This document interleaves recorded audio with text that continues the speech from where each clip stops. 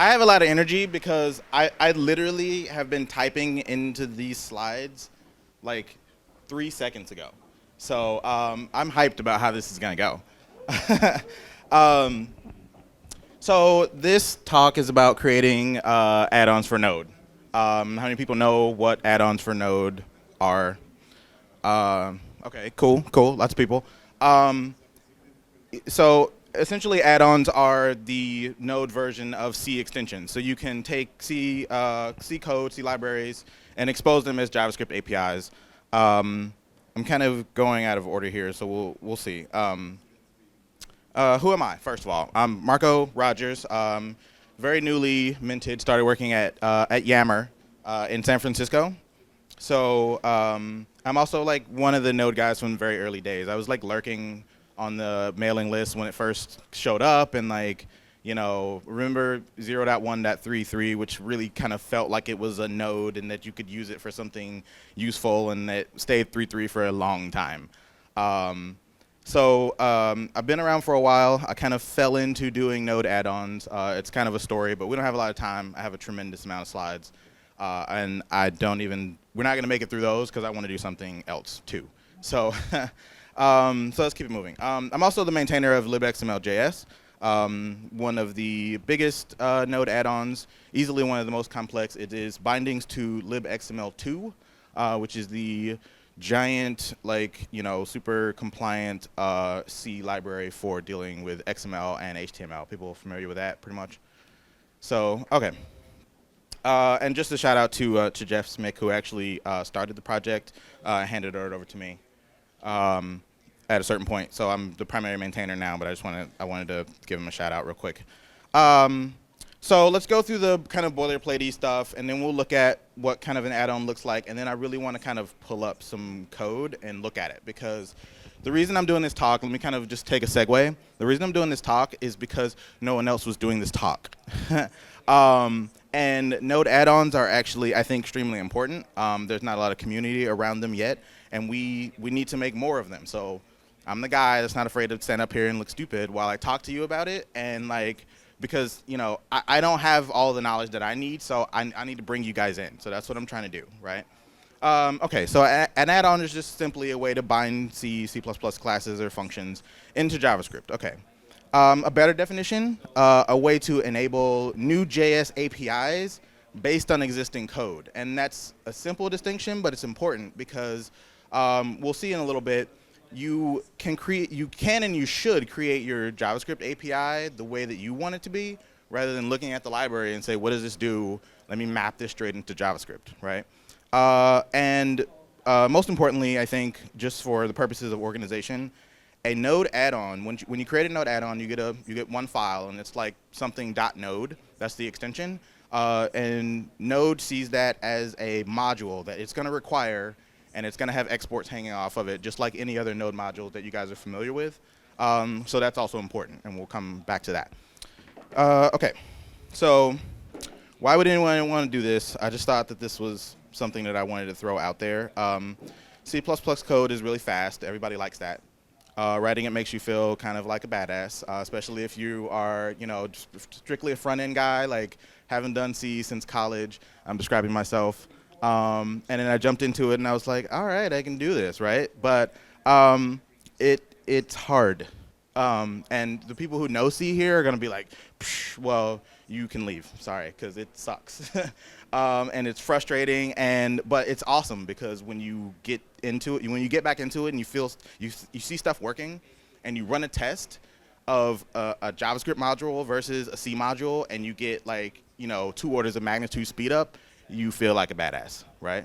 So the third point I think is the most important, which is C and C++ code actually exists and runs and works right now, whereas we're working with JavaScript, which doesn't have any libraries, right? So the reason I'm giving this talk and the reason that you guys should be writing add-ons is to make libraries for Node, right? Instead of writing them in JavaScript, which is really fun and really cool, use the ones that are already there and that work and are battle tested, and they're way fast, right? So, and finally, you can speak intelligently about why you hate to write C and C++, which I do all the time. So for the majority of these examples, I'm going to be using Bcrypt. People familiar with Bcrypt, pretty much? So essentially, it allows you to encrypt data using blowfish encoding algorithms, right? And it's really simple. The signatures for Bcrypt kind of look like this. These are the two major functions, right? You can generate a salt by passing it a number. And you can call Bcrypt, which is going to take the first string, which is the thing that you want to encrypt, the second string, which is the salt, and it's going to return you the encrypted version. I'm using S5 for slides here, so it's going to give me crap, I know. Quick shout out to Nick Campbell, who's a friend of mine. I wanted to use Bcrypt for one, because it's pretty simple. The API is simple, but it's also very useful. And we can focus on the add-on rather than the library itself, because this is the signature, that's it. We can move on to the next thing and talk about how we're going to expose it in Node. And also, Nick Campbell is a good friend of mine, and I'm going to, if we have time, kind of tear into his version of Bcrypt and how we might be able to improve it. And he'd be good-natured about that, so I thought that was a good idea. And if you want to learn more about Bcrypt, click on this link where Coda Hale, who actually also works at Yammer, I thought it'd be cool. I threw his link up there. It's from like years ago before I knew who he was, and that's how I learned about Bcrypt, so that's cool. All right, so we're going to write an add-on, and essentially it's going to work like this. We're going to require Bcrypt, and that's going to be our add-on module. It's going to have a class hanging off of it that is Bcrypt. We're going to skip the salt stuff. I just have my own salt here. Create a Bcrypt object, and then call encrypt. One function. That's not going to work. One function you call, and you pass it a password, you get a salt, and you're good to go, right? That's 85% of what you need out of this module, right? So pretty simple, and we should be able to get it done. How does it work? So, like I said, when you create a module, when you successfully get your module to compile, you're going to get one file that says bcrypt.node, or whatever you decided to name it, bcrypt.node. When you require modules in Node, it searches through the paths, it finds them, and it tries to load them up. When it sees .node, it immediately treats that as an add-on and calls DL open. If you're jumping into C, you'll find out about DL open. I'm not going to talk about it because it makes my head hurt. And then inside your add-on, we'll see this. There's an init function, right? And that's your entry point into C, into loading up your C module as an add-on. And we'll see that. And it essentially behaves like a module, except you pass in an exports object, and you enhance that exports object and pass it back from C, right? So it's essentially you get a module like you expect in Node with an object that has methods and properties hanging off of it. So it should be pretty familiar. Let's see. So let's kind of jump in. I want to look at some code in a second, but I want to go through the kind of basic stuff, right? So this is JavaScript. And it's running in V8, and it's a simple function. It says encrypt. This is bound to whatever the context is, if there is one. There's some arguments. You can check the arguments object, and you can pull them out, and then you return something. Very simple, 101, right? Here's what that looks like in V8. This is C++. Every time I look at it, I try to I have to encourage myself to keep doing it. But it looks like this, right? So Bcrypt here is a C++ class, and encrypt is the function that's hanging off of it. And this is the part that looks funky, right? This is essentially the crux of the V8 API, which is you call C++ functions, and they have this method signature, and there's this arguments object, and that's in V8. And this is their encapsulation of what we just saw, right? Which is we've got this arguments object that represents the variable number of arguments that were passed into this function, and then we do something with them and return something. So this arguments object has some methods off of it that let you do essentially the same thing. Because of the way C++ works, and because JavaScript is so dynamic and the context is going to change, you can't use the regular C++ this. So the V8 guys, they hung it off of the arguments object. So that's how you can always get to this, which is a handle, and we're going to talk about that in a minute. I'm creating the same kind of variable here with an args1. I missed a step, but you can check the length. You can pull arguments out of the args object because it acts as an array, right? So you can index it. You have to worry about types a lot in V8, right? JavaScript types are really simple. C and C++ types are not. And that's going to be a big deal, and that's something that I really want to kind of get you guys feedback on if we have the time. So, you know, you set some parameters, you create some variables, set some parameters, and then how we added these two strings together here, really simply, we need to use a function for that in C. So there's string.concat, and you pass it to V8 string objects. We can create a new one on the fly, and then we pass our variable, whether it's defaulted or whether it was passed in. So does that make sense to everybody? Is that mapping? Go for it.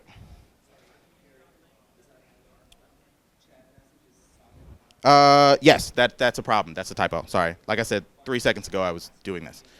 Yes, this should be args here is what he said. So we're going to see real working code in a little bit, so hopefully that'll be better. Let's go. All right, let's talk about some concepts that we're seeing here, right?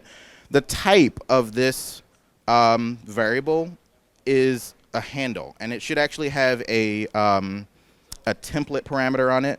This is not a C++ tutorial, so I'm not even going to go into how that works. But you'll learn the kind of boilerplate stuff, and eventually it'll make sense. So essentially, it kind of works like this. V8 is running a JavaScript environment on a heap. All JavaScript values are on a heap, right?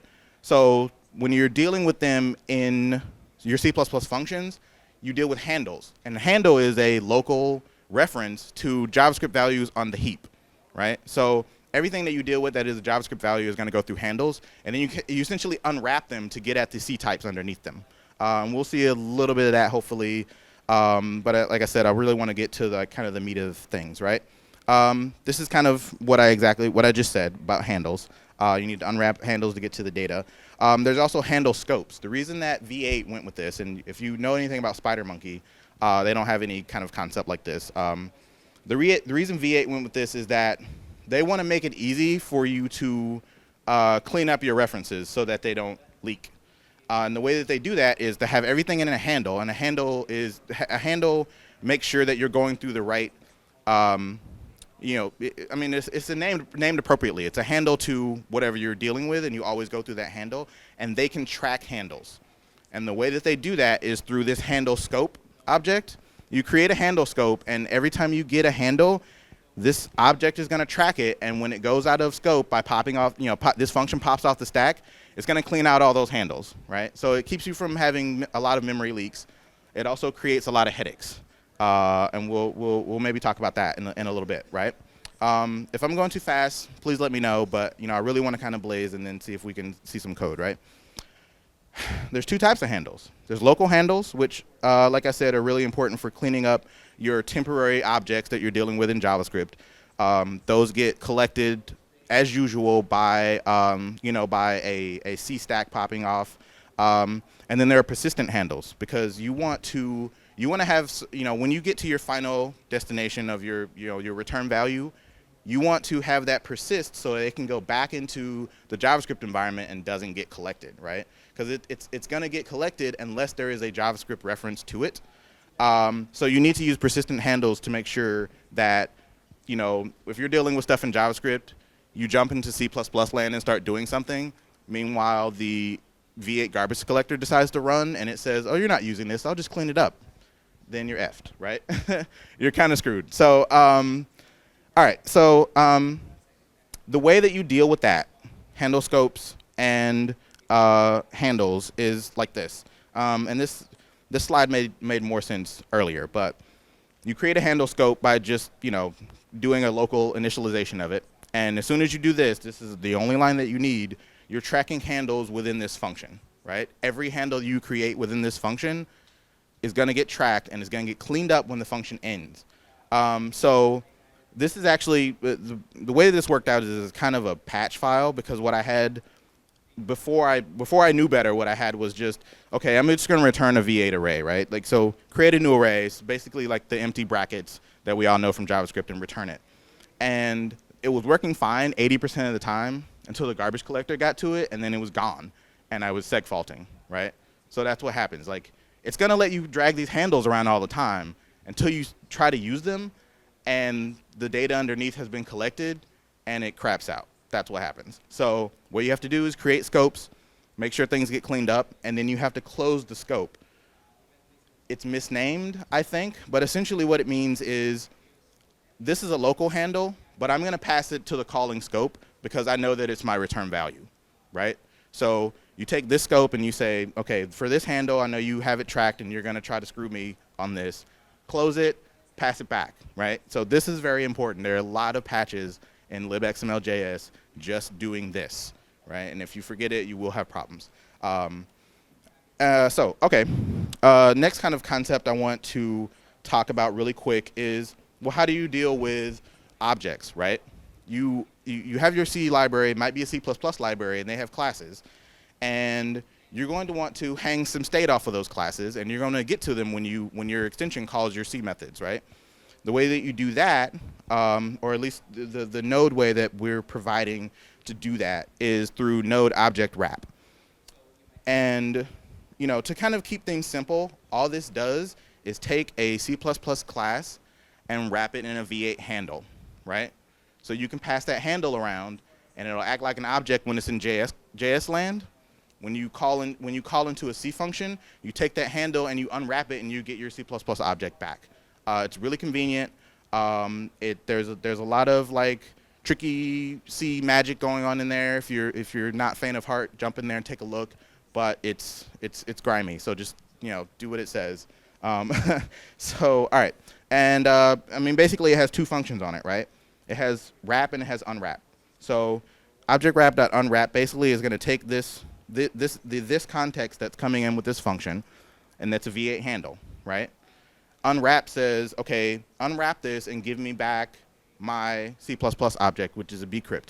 And again, I've left the templatization off of here. You have to tell it what you're unwrapping. And we'll see that in real code in a little bit. But as soon as you do this, you're back in C land, and you can do whatever you want with this pointer to your Bcrypt object. So, all right. There are a lot of classes and utilities that Node gives you to be able to approximate what you expect in Node in C and C++ land.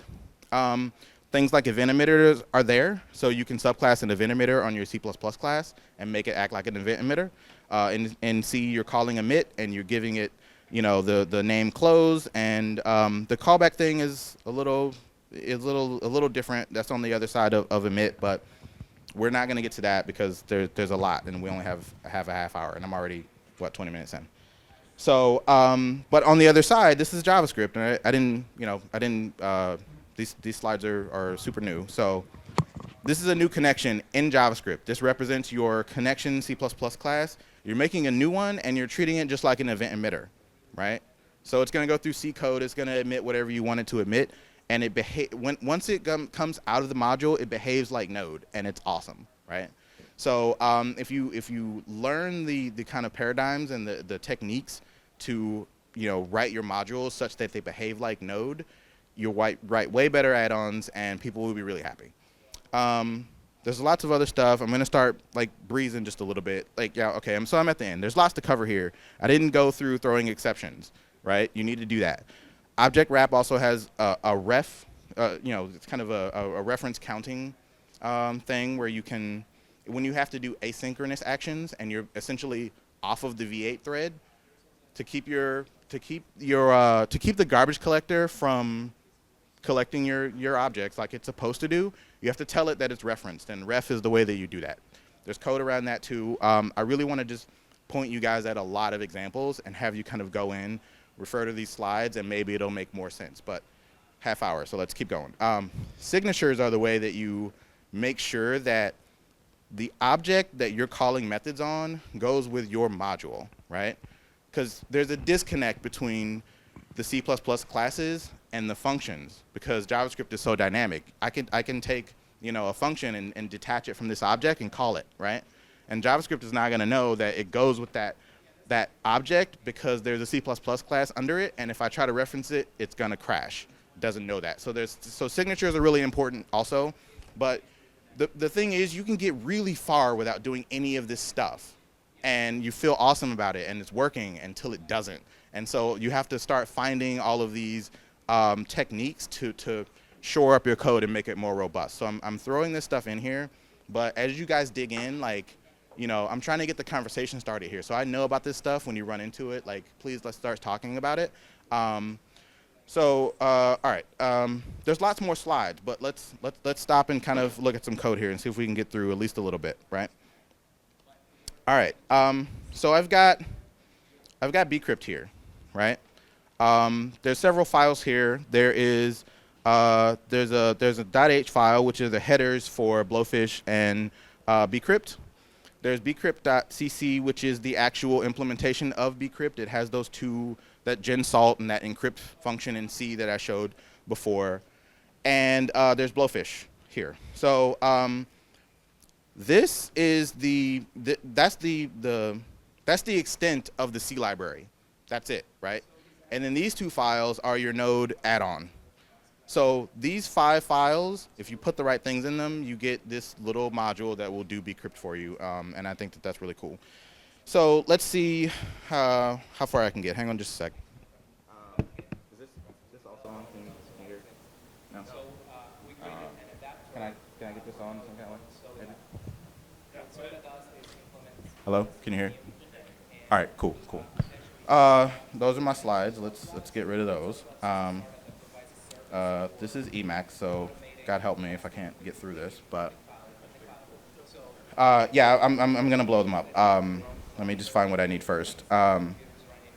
Let's look at the H file, which I don't have open. Sweet.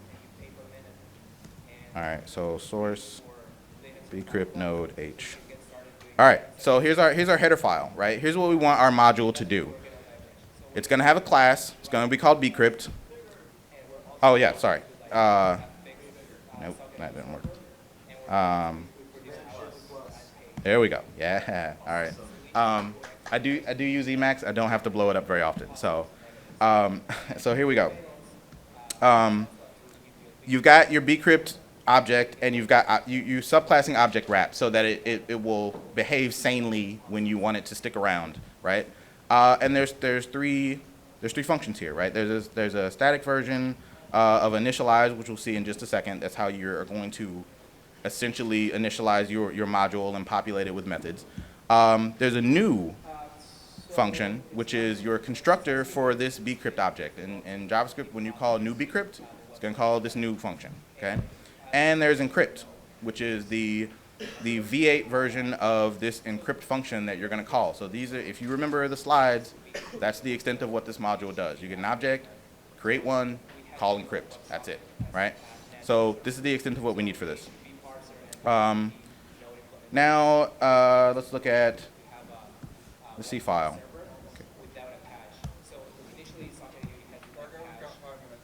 Okay, I'm gonna go pretty fast. There's not a lot to look at here. Oh, this is the wrong file. Sorry. Yeah, here we go. All right. Here's what the C code looks like. Couple headers. Don't worry about that. Using namespace so you don't have to type v8 : everywhere or node : everywhere. Here's your initialize function. Oh, let me start with a init actually. Here's a init way at the bottom. It has an extern. It's called init, and it gets a handle object, which is your target. This maps directly to module.exports. It's the JavaScript version of that, or it's the C++ version of that. So we're gonna hang methods off of here, and when you do require Bcrypt, this is the object that you're gonna get.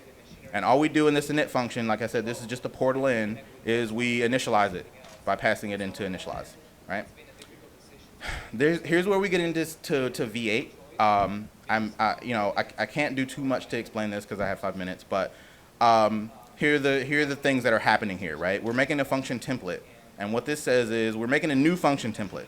And what we're passing it in is our function new. That's this.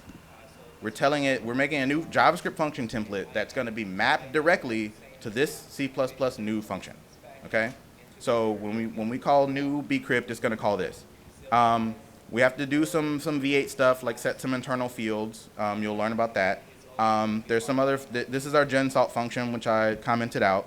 And Node set prototype method is one of those handy macros that Node gives you to do these types of things easily. So it's going to take our function template. It's going to create a new property called encrypt. And encrypt is going to map directly to our encrypt function that we're going to look at in just a second.